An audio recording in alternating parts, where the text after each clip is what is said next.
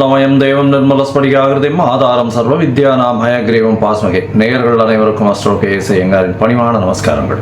குரு பெயர்ச்சி 11/5/2025 முதல் 26/5/2026 வரலாம்.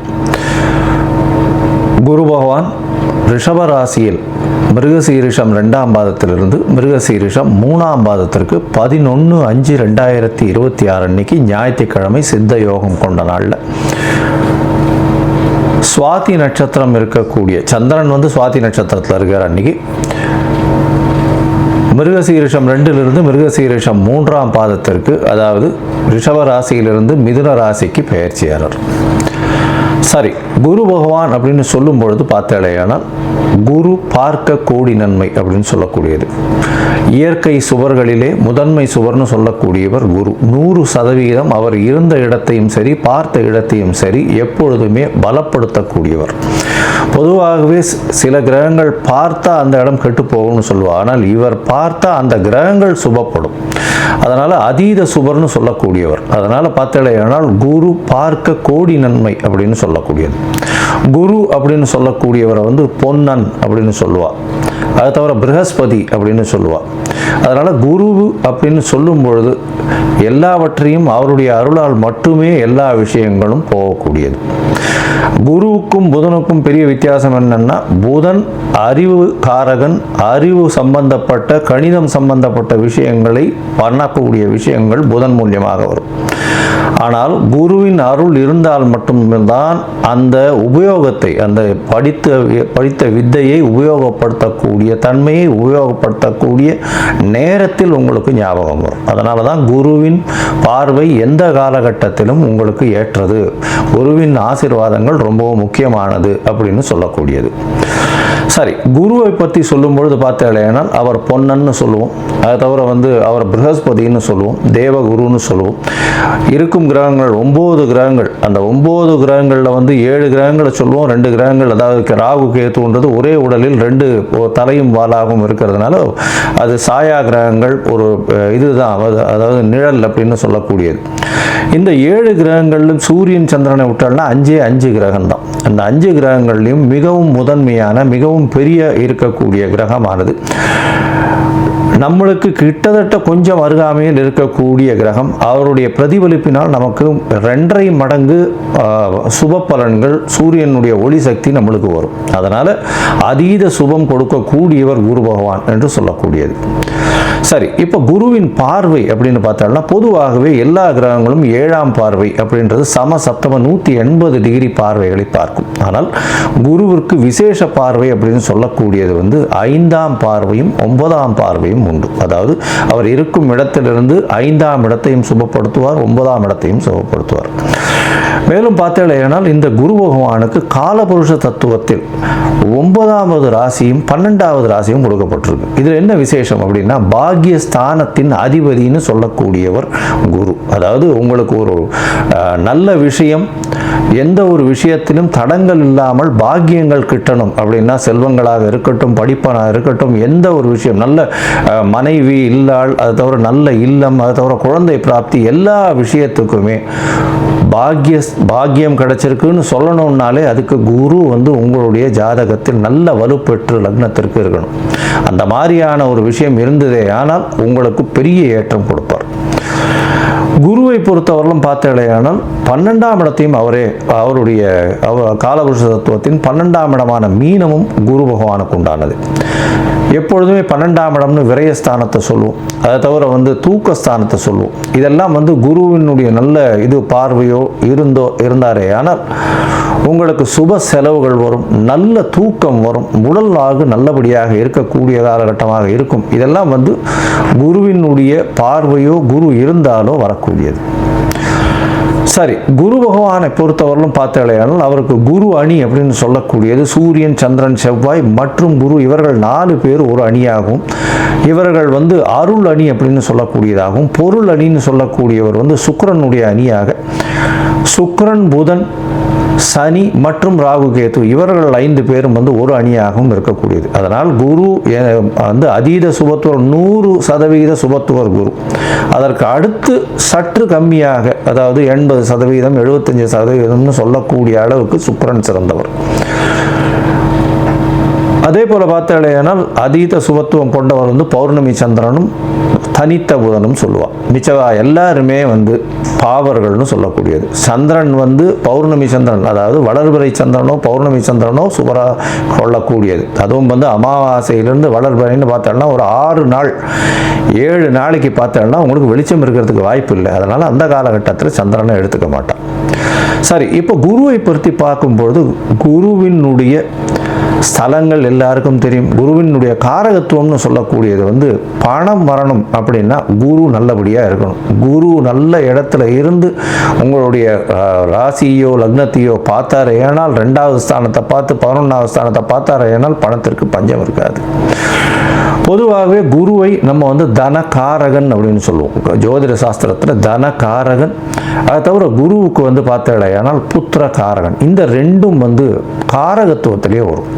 அதனால் ஒரு ஜாதகத்தில் குருவினுடைய வலுத்தன்மை உங்களுக்கு அடுத்த சந்ததியினர் நல்லபடியாக இருக்கணும் அப்படின்னா குரு நல்ல வலுத்து இருந்து குருவினுடைய ஆசீர்வாதங்கள் நிச்சயமாக இருக்கணும். அதனால் காரகத்துவம்னு பார்க்கும்பொழுது புத்திர காரகத்தை சொல்லுவாள்.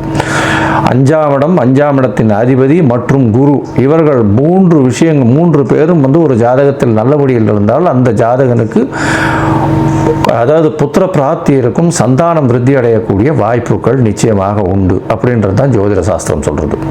அதே மாதிரி தன காரகன்னு சொல்லக்கூடியவரும் குரு. அதனால இந்த 2த்துக்குமே காரகத்துவம் வருது. அதனால மிச்சப்படி நல்ல விஷயங்கள் நிறைய பண்ணாலும் இந்த 2 விஷயத்தில் ரொம்பவும் முக்கியமாக இருப்பார்.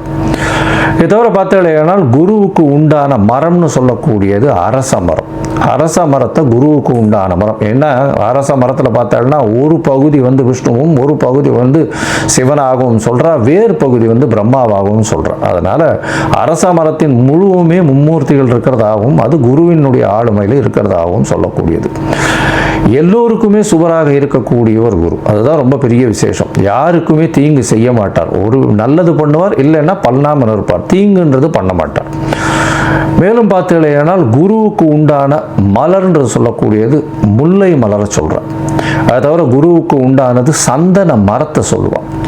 இதை தவிர பார்த்தீங்களேனால் இந்த சந்தன மரம் தானம் கொடுக்குறது, அதாவது கொண்ட கடலை, மஞ்சள் நிறம், இந்த மாதிரியான விஷயங்கள் குருவுக்கு சொல்கிறான். இது எதுக்கு சொல்கிறேன் அப்படின்னா ஒருவருக்கு குரு அந்த அளவுக்கு சரியில்லை, இந்த குரு பெயர்ச்சி கொஞ்சம் பிரச்சனைகள் இருக்குது, அதனால் அவளுக்கு வந்து பிரச்சனைகள் வந்து அதிகமாக போகக்கூடிய வாய்ப்பு இருக்குது. அதாவது தனம் வருமானத்திலும் சரி, அதை தவிர வந்து அவளுக்கு உண்டான புத்திர பாக்கியங்களும் சரி, இல்லை புத்திரர்களால் பிரச்சனைகளாக இருந்தாலும் சரி, இல்லை கடன் ஏறக்கூடிய வாய்ப்புகளாக இருந்தாலும் சரி, கடல் கழுத்தை நெருக்கக்கூடிய வாய்ப்புகளாகவும் சரி, இந்த மாதிரியான எளிய பரிகாரங்களை செய்கிறது ரொம்பவும் நல்லது. அதாவது என்ன அப்படின்னா முதல்ல வந்து குரு காயத்ரின்னு சொல்லக்கூடிய ஓம் ரிஷபத்வஜாய வித்மகே கிருணிஹஸ்தாய தீமகி தன்னோ குரு பிரச்சோதயாத்து அப்படின்ற இந்த குரு காயத்ரி மந்திரத்தை ஒரு நாளைக்கு 3 தரமாவது இந்த குரு அடுத்த பெயர்ச்சி ஆறவர்களும் சொல்கிறது ரொம்பவும் நல்லது. அது தவிர குரு பகவானுக்கு உண்டான எளிய பரிகாரம்னு சொல்லக்கூடியது இந்த கொண்டக்கடலை வெள்ளை கலர் கொண்டக்கடலையை வந்து சுண்டல் பண்ணி இது பண்ணுறது. அது தவிர முல்லைப்பூ சாத்துறது குரு பகவானுக்கு, இல்லை தட்சிணாமூர்த்திக்கு. அது தவிர வந்து மஞ்சள் கலர் வஸ்திரம் தானமாக கொடுக்கறது. படிக்கக்கூடிய இடங்கள் அதில் வந்து அதாவது பாடசாலைகள் இதுக்கெல்லாம் வந்து படிக்கிறதுக்குன்னு உங்களால் முடிஞ்ச விஷயத்தை தானமாக கொடுக்கறது. நெய் போட்ட ஸ்வீட்டு அது வந்து வாங்கி தானமாக கொடுக்கறது. அதாவது கோவிலில் வந்து நெய் போட்ட ஸ்வீட், அதாவது சக்கரை பொங்கல்னு வச்சுக்கலாம். அந்த மாதிரியான விஷயங்கள் கொடுக்கறதன் மூலியமாக குருவுக்கு உண்டான பிரீத்தி. சரி, இது எப்போ பண்ணலாம்? குருவுக்கு உண்டான பிரீத்தின்னு சொல்லக்கூடியது எப்போவுமே குருவின் நாளான அதாவது வியாழக்கிழமை அன்னைக்கு பண்ணணும். அதை தவிர பார்த்தாலேயானால் இந்த காயத்ரி மந்திரத்தை எப்போ சொல்லணும்? வியாழக்கிழமை கார்த்தால முதல் மணி நேரம், அதாவது ஹோரைன்னு சொல்லுவோம். அதாவது சூரியன் உதித்த முதல் மணி நேரத்தை ஹோரை அப்படின்னு சொல்லக்கூடியது. இந்த ஹோரையில் முதல் மணி நேர ஹோரை, அதாவது உங்களோட ஊரில் சூரிய உதயம் வந்து 7 மணி இருக்கலாம், இல்லை 6 மணி இருக்கலாம், இல்லை 5 மணி இருக்கலாம். எந்த மாதிரியான இதுவாக இருந்தாலும் சூரிய உதயத்தின் முதல் மணி நேரம் வியாழக்கிழமை அன்னைக்கு இந்த இது காயத்ரி மந்திரத்தை 3 முறை சொல்கிற இல்லையானால் உங்களுக்கு வரக்கூடிய வர வேண்டிய எந்த பிரச்சனைகளிலிருந்தும் நிச்சயமாக தவிர்க்கப்படும். சரி, இப்போ குரு பயிற்சி இந்த மேஷம் முதல் மீனம் வரை எப்படி இருக்கு அப்படின்றத ஒன்று ஒன்றா பார்க்கலாம். அதற்கு முன்னாடி என்னுடைய மொபைல் நம்பர் பாயிண்ட் இருக்கும் இங்கே, அதாவது மேலே இருக்கும்.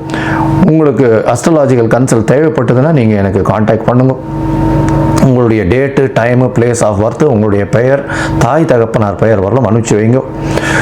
நான் உங்களுடைய ஜாதகத்தை போட்டு சந்தி இருக்கான்னு பார்க்குறேன். சந்தின்றது வந்து பார்த்தாலேயானால் மிருகசீரிஷம் 2ஆம் பாதம் நினச்சின்னு இருப்பா, 3ஆம் பாதத்தில் இருக்கும், ராசியே மாறிடும். இது வந்து நட்சத்திர சந்தி, நட்சத்திர பாத சந்தின்னு சொல்லுவோம். அதே மாதிரி லக்னத்தையும் பார்த்தாங்கன்னா அதே மாதிரி லக்னத்தில் பார்த்தாலேயானால் விசாக நட்சத்திரம் நினச்சின்னு இருப்பா, விசாக நட்சத்திரம் துலா ராசி நினச்சின்னு இருப்பா, விசாக நட்சத்திரம் விருச்சிக ராசியில் இருப்பா. அதனால் சந்தி முதல்ல பார்க்கணும். அதே மாதிரி நட்சத்திரங்கள் எந்த நட்சத்திர பாதத்தில் நிற்கிறா அப்படின்றத முதல்ல தெரிஞ்சுட்டு உங்களுக்கு நடக்கக்கூடிய தசாபுக்தி, அந்தரம், சூக்ஷ்மம் இதெல்லாம் எப்படி இருக்குன்றதையும் பார்த்துட்டு இப்போ நடக்கக்கூடிய மாறுதல்கள் என்ன ஒரு மாற்றத்தை ஏற்படுத்த போகிறதுன்றதையும் பார்த்து உங்களுக்கு உண்டான பலன்களை நான் சொல்கிறேன். அதற்கு உண்டான கட்டணத்தையும் போடுறேன். அதை அனுப்புங்க. அனுப்பிச்சதுக்கப்புறம் உங்களுக்கு அப்பாயின்மெண்ட் தரேன். இப்போ மேஷம் முதல் மீனம் வரை குரு பெயர்ச்சி 2025 11/5/2025 முதல் 26/5/2026 வரை பார்க்கலாம். ரிஷபராசிக்காரர்கள், அதாவது கிருத்திகை, ரோகிணி, மிருகசீரிஷம் இந்த 3 நட்சத்திரம் 9 பாதங்களை கொண்ட ராசி. ராசியின் அதிபதினு சொல்லக்கூடியவர் சுக்கிரன். பொதுவாகவே பார்த்தாலேனால் இந்த ரிஷப ராசிக்கும் துலா ராசிக்கும் பெரிய ஏற்றத்தை குரு பகவான் கொடுக்கறதில்லை. இருந்தாலும் அவருடைய காரகத்துவத்தில் வரக்கூடிய விஷயங்களை நல்லபடியாக பண்ணுவார். இவாளுக்கு பார்த்தால்னா ஒரு இமேஜ் வரும். அதாவது அவருடைய பதவி, புகழ், அந்தஸ்து, கௌரவம்லாம் வந்து எப்போவுமே குரு பகவான் நல்ல ஒரு ஏற்றத்தை கொடுப்பார். பொதுவாகவே பார்த்தாலேயானால் இந்த ரிஷபராசிக்காரர்களுக்கு பார்த்தீங்கன்னா இந்த வருஷ பெயர்ச்சியில், அதாவது 11/5/2025 குரு உங்களுடைய ராசிக்கு 2ஆம் இடத்துக்கு போகிறார். இவ்வளோ நாளாக பார்த்தோம்னா குரு உங்களுடைய ஜென்ம ராசியில் இருந்ததுனால ஸ்ட்ரெஸ்ஸு ரொம்ப அதிகமாக இருக்கும். யாராவது உங்களை தேவையில்லாமல் வந்து மனக்குழப்பத்துக்கு ஆளாக்குவாங்க, மன அழுத்தத்தில் போவீங்க. அது தவிர உங்களுடைய ஈகோன்னு சொல்லக்கூடிய இதுவை கட் பண்ணுவாங்க. அதன் மூலியமாக உங்களுக்கு மனசு கஷ்டங்கள் அதிகமாக வரும். இதெல்லாம் வந்து இந்த ஜென்மத்தில் குரு இருக்கும்போது நடந்தது. இப்போ பார்த்தாலேயானால் குரு பகவான் உங்களுடைய ராசிக்கு 2ஆம் இடத்துல போகிறார். பெரிய விசேஷம் என்னென்னா, தனஸ்தானத்துக்கு தனகாரகன் போகிறார். தனகாரகன் அப்படின்னு சொல்லக்கூடியவர் குரு. அவர் வந்து தனஸ்தானம்னு சொல்லக்கூடிய 2ஆம் இடத்துல போயிருக்கார். இதன் மூலியமாக பார்த்தாலேயானால் உங்களுடைய ராசிக்கு பண வருமானம் அதிகமாக இருக்கும். எந்த இடத்திலிருந்து பணம் வருதுன்னே தெரியாது. அபரிமிதமான பண வருமானம் வரக்கூடிய வாய்ப்புகள் உண்டு. இதை தவிர பார்த்தீங்கன்னா வெளிநாட்டிலிருந்து பணம் வரும். அதை தவிர 2ஆம் இடம்னு சொல்லக்கூடியது குடும்பம், வாக்கு, தனம் அப்படின்னு சொல்லக்கூடிய ஸ்தானம். இதன் மூலியமாக உங்களுடைய பேச்சில் நல்ல ஒரு ஏற்றம் இருக்கும். அடுத்தவர்களை கவரக்கூடிய, வசீகரிக்கக்கூடிய அப்படின்னா வந்து அதாவது தன்னுடைய நிலைமை விட்டு கீழே இறங்காமல் அவர்களை வந்து தன்னுடைய ஆளுமையில் கொண்டு வரக்கூடிய இது கொண்டு வருவார். ஏன்னா குருவினுடைய பேச்சின் மூலியமாக நிச்சயமாக உங்களுக்கு எல்லா விதமான ஏற்றம் இருக்கும். 2ஆம் இடத்தில் இருக்கக்கூடிய குரு பேச்சாளர்களுக்கு பெரிய ஏற்றத்தை கொடுக்கும். அதுவும் வந்து அரசியல் இந்த மாதிரியான விஷயங்கள் இருக்கிறவங்க, கலைத்துறையில் இருக்கிறவங்க பெரிய ஏற்றத்தை கொடுக்கும். பணவரவிற்கு பஞ்சம் இருக்காது. எது எடுத்தாலும் வெற்றி கிடைக்கக்கூடிய வாய்ப்பு. குடும்பத்தில் பார்த்தீங்கன்னா கணவன் மனைவிக்குள்ள நல்ல ஒரு அந்யோன்யம் இருக்கும். குடும்பத்தில் சுப நிகழ்வுகள் நிகழும். எல்லா வகையிலையும் பணம் வரக்கூடிய காலகட்டமாக அமைப்போகிறது. சரி, இப்போ குரு வந்து 2ஆம் இடத்துல இருக்கார். 2ஆம் இடத்துல இருக்கக்கூடிய குரு உங்களுடைய ராசிக்கு பார்த்தாலேயானால் 6ஆம் இடம், 8ஆம் இடம், 10ஆம் இடம்னு சொல்லக்கூடிய இடத்தை பார்க்குறார். 6ஆம் இடம்னு சொல்லக்கூடியது ருணரோக சத்துஸ்தானம்னு சொல்லக்கூடியதை குரு பார்க்குறார். அதனால் இவ்வளவு நாளாக உடல்நிலையில் பின்னடைவு இருந்தவா அவளுக்கெல்லாம் வந்து ஒரு நல்ல ஏற்றம், உடல்நிலையில் நல்ல ஒரு ஏற்றம் கிடைக்கக்கூடிய காலகட்டமாக அமையும். அது தவிர பார்த்தாலேயானால் உங்களுடைய ராசிக்கு 6ஆம் இடத்தை பார்க்கக்கூடிய குரு கடன் இவ்வளவு நாளாக இருந்ததே, ஆனால் கடன் எல்லாம் அடையக்கூடிய வாய்ப்புகள் உண்டு. அதாவது அவர் சத்ருக்களோட வந்து உங்களுக்கு அதாவது அவர்களே வந்து உங்களோட பேசி சரி உங்ககிட்ட பிரச்சனைகள் வேண்டாம்னு சொல்லி அவர்களே அடங்கி போகக்கூடிய காலகட்டமாக அமையப்போகிறது. ஏன்னா குரு பகவான் பார்த்தா அந்த இடத்த வந்து நிச்சயமாக எந்த ஒரு பிரச்சனைக்கும் வரவிடாமல் சுமூகமாக தீர்வை எட்டக்கூடியவர். அதனால் குரு பார்க்கக்கூடிய நன்மைன்னு சொல்லக்கூடியது. அதனால் பார்த்தாலேயானால் பெரிய ஏற்றம் கிடைக்கும். எந்த ஒரு பிரச்சனை, லிட்டிகேஷன், கோர்ட்டு, வம்பு, வழக்கு இந்த மாதிரியான விஷயங்கள்லாம் வந்து அவுட் சைட் கோர்ட்டு செட்டில்மெண்ட்டுன்னு முடியும். அதாவது கோர்ட்டுக்கு வெளியிலேயே வந்து ஒருத்தருக்கு ஒருத்தர் பேசி ஒரு நல்ல ஒரு முடிவை எடுத்து கொண்டு வரக்கூடிய வாய்ப்புகள் உண்டு. அது தவிர பார்த்தாலேயானால் உடல் நலத்தில் பின்தங்கி இருந்தால், உடல் நலத்தில் பிரச்சனைகள் இருந்தது அப்படின்னா இந்த காலகட்டத்தில் உடல் நலத்தில் ஏற்றம் கிடைக்கும். பின்தங்கியவர்களுக்கு சற்று அதாவது மருத்துவத்தின் மூலியமாக நல்ல ஒரு ஏற்றம் கிடைக்கக்கூடிய காலகட்டமாக அமையும். கடன், எதற்காக புதிய கடன் வாங்க வேண்டிய கட்டாயம் ஏற்படும். இருந்தாலும் கடன் நல்லபடியாக அடையக்கூடிய வாய்ப்புகளும் நிச்சயமாக இருக்கும். உங்களுடைய ராசிக்கு 8ஆம் இடத்தை குரு பார்க்கிறார். 8ஆம் இடம்னு சொல்லக்கூடியது மறைந்த ஸ்தானம், மறைவு ஸ்தானம்னு சொல்லக்கூடியது. அதனால் வெளிநாடு, வெளியூர், வெளிமாநிலம் செல்லக்கூடிய பாக்கியம் நிச்சயமாக உண்டு. வெளியூர் போய் வெளிநாட்டுக்கு போயிட்டு வரக்கூடிய வாய்ப்பு, அதுவும் வந்து ஐடி இண்டஸ்ட்ரியில் இருக்கிறவங்க நிச்சயமாக வெளிநாடு போய் ப்ராஜெக்ட் நிச்சயமாக பண்ணக்கூடிய வாய்ப்புகள் நிச்சயமாக உண்டு. இந்த காலகட்டத்தில் தொழில் சம்பந்தமாக புதிய வேலையும் கிடைக்கக்கூடிய வாய்ப்புகள் உண்டு. வேலையில் மாற்றங்கள் ஏற்படும், ஏற்றங்கள் ஏற்படும், ப்ரமோஷன் வரக்கூடிய வாய்ப்பு, வெளிநாடு போயிட்டு வரக்கூடிய வாய்ப்பு, அது தவிர ப்ரமோஷன் மூலியமாக அதீதமான வருமானம் வரக்கூடிய வாய்ப்புகள் நிச்சயமாக உண்டு. உங்களுடைய ராசிக்கு பார்த்தாலேயானால் 8ஆம் இடம்னு சொல்லக்கூடியது மறைந்து இருக்கக்கூடிய ஸ்தானம். அதனால் வெளிநாடு போய் சம்பாதிக்கக்கூடிய வாய்ப்பு, வெளிநாட்டிலிருந்து பணம் வரக்கூடிய வாய்ப்புகள் நிச்சயமாக உண்டு. உங்களுடைய ராசிக்கு பார்த்தாலேயானால் 8ஆம் இடத்துக்கு அதாவது 10ஆம் இடத்தை பார்க்குறார். தொழில் ஸ்தானம், சொந்த தொழில் செய்கிறவாளுக்கு பெரிய ஏற்றம் கிடைக்கும். புது புது முயற்சிகள், யுக்திகள் மூலியமாக பணவரவிற்கு பஞ்சம் இருக்காது. ஏன்னா 10ஆம் இடத்துல சனியும் வந்து ஆட்சி பெற்று போயிருக்கார். சனியோடு சேர்ந்து ராகுவும் இருக்கார். கோதண்ட ராகுவாக மாறுறார். அபரிமிதமான தொழிலில் பெரிய ஏற்றம். இவ்வளவு நாளாக ஒரு 4 எம்ப்ளாயீஸை வச்சு பண்ணிட்டு இருந்தவங்க இப்போ வந்து 25, 50, 100ன்னு அவர்களுடைய வியாபாரத்தை பெருக்கக்கூடிய வாய்ப்புகள் அதிகம். அது தவிர வியாபாரத்தில் பார்த்தோம்னா பெரிய, அதாவது இவ்வளவு லட்சங்களில் பண்ணவாள்லாம் இப்பெல்லாம் கோடீஸ்வரன், கோடிகளில் புரளக்கூடிய வாய்ப்புகள் நிச்சயமாக இருக்கும். மொத்தத்தில் பார்த்தாலேயானால் இந்த குரு பெயர்ச்சி உங்களுடைய ராசிக்கு 2ஆம் இடத்துல இருக்கக்கூடிய குரு பணவரவிற்கு பஞ்சம் இருக்காது. குடும்பத்தில் நல்ல சந்தோஷம் அமையக்கூடிய வாய்ப்பு, குடும்பத்தில் சுப செலவுகள் அமையக்கூடிய வாய்ப்பு, பண வருமானம் அதாவது எண்ணெய் கொட்டக்கூடிய அளவிற்கு பிசிறு இல்லாமல் கொட்டிக்கொண்டே இருக்கும்.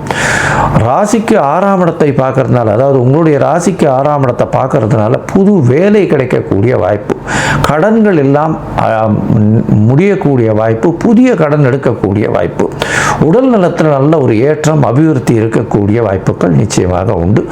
போட்டிகள் எல்லா விஷயத்திலும், பிரச்சனைகள் எல்லா விஷயத்திலும் சுமூகமாக செல்லக்கூடிய வாய்ப்புகள் நிச்சயமாக உண்டு.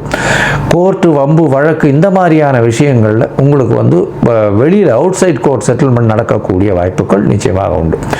ராசிக்கு 8ஆம் இடத்தை பார்க்கக்கூடிய குரு வெளிநாடு செல்லக்கூடிய பாக்கியத்தை கொடுப்பார். வேலை நிமித்தமாக வெளிநாடு, வெளியூர், வெளிமாநிலம் செல்லக்கூடிய வாய்ப்புகள், வெளிநாட்டிலிருந்து பணம் வரக்கூடிய வாய்ப்புகள், திடீர் பணம், லாபகரமான பணம் வரக்கூடிய வாய்ப்புகள், ரேஸு, லாட்ரி இந்த மாதிரியான விஷயங்களில், ஜாக்பாட் இந்த மாதிரியான விஷயங்களில் எதிர்பாராத இடத்திலிருந்து திடீர் பணங்கள் வரக்கூடிய வாய்ப்புகள் நிச்சயமாக உண்டு. ராசிக்கு 10ஆம் இடத்துல பார்த்தாலேயானால் 10ல் இருக்கக்கூடிய சனியும் ராகுவையும் பார்க்கறதுனால தொழிலில் அபரிமிதமான ஏற்றம் இருக்கும். தொழிலில் பார்த்தாலேயானால் புதிய மாற்றங்களை ஏற்படுத்தி அதிகமான நபர்கள் வந்து தொழில் இறங்கக்கூடிய வாய்ப்புகளும், தொழில் மூலியமாக அதீத அபிவிருத்தி இருக்கும். இன்வெஸ்ட்மெண்ட் அதிகமாக போடக்கூடிய வாய்ப்புகள் நிச்சயமாக உண்டு. தொழில்கள் டர்ன் ஓவர் ஏறக்கூடிய வாய்ப்புகள், பெரிய தொழில்கள் அமையக்கூடிய வாய்ப்புகள் நிச்சயமாக உண்டு.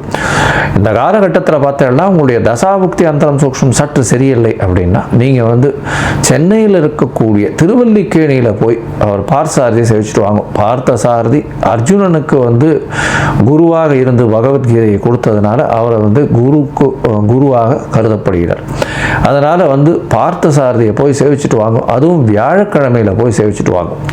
பெரிய ஏற்றமும் மாற்றமும் உங்கள் வாழ்வில் நிச்சயமாக வரும். இந்த குரு பெயர்ச்சி உங்களுக்கு 95 விழுக்காடுகள் பெரிய ஏற்றத்தை கொடுக்கும்.